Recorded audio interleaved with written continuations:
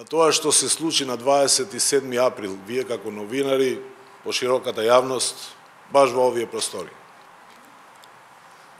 Денеска, на 27 април, имаше обид за убиство и мене ме убија. Јас се спасив. Денеска по втор пат се убивам во истите простори, во истото ова собрание.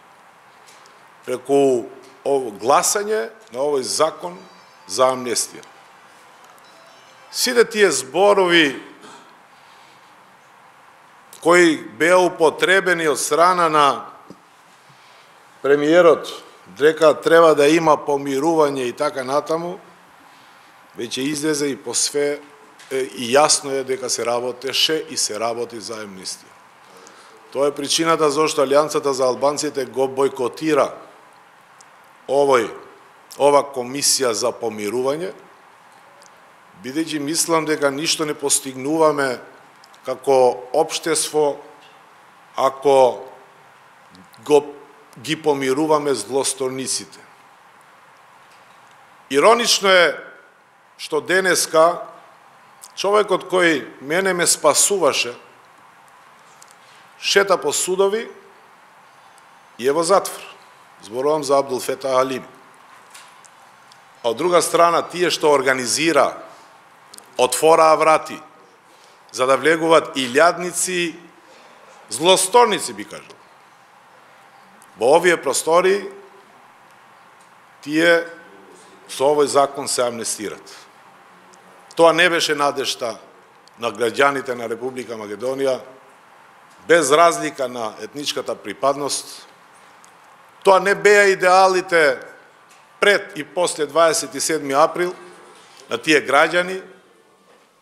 Граѓаните веруваа во градење на правна држава, граѓаните веруваа дека ќе профункционират законите и на никаков начин не веруваа дека злосторниците ќе се пуштат на слобода. Мојот коментар за денешниот чин би бил: ова е срамно. И злосторниците денеска ги имате во гласањето што се правеше пред 10 или 5 минути, а на големите злосторници ги имате како предлагачи на законот за амнестија. Благодарам.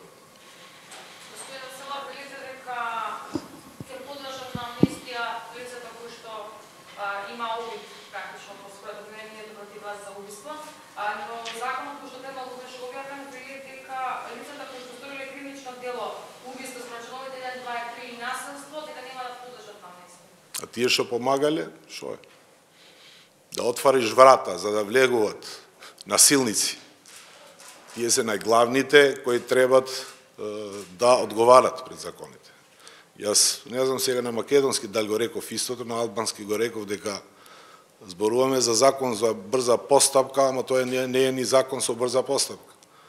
Бидејќи јас уште текстот на законот сум го добил, право да ја кажам, преку СМС порака, преку Вибер. За да гледам. Замислите каков закон се носи. Нели? И мислам дека јас затоа реков, тие што отвараа врати за да влегуваат илјадници луѓе, не одговарат и ќе бидат амнестирани, а човекот кој ме бранеше од тие илјадни, над 1000 луѓе и ми го спаси животот, треба да одговара. Каква правна држава е ова? Што градиме ние? На никаков начин патот кон Европската Унија и НАТО не треба да биде преку амнестирање на криминалот и криминалците. Патот кон НАТО и Европска Унија треба да биде преку почитување на човекови права, преку градење една држава која ќе биде правна за сите, преку решавање на проблемите кои ги имаме како етникуми и така натаму, а не на ваков начин. Затоа реков, не можам да најдам друг збор, ова е срам.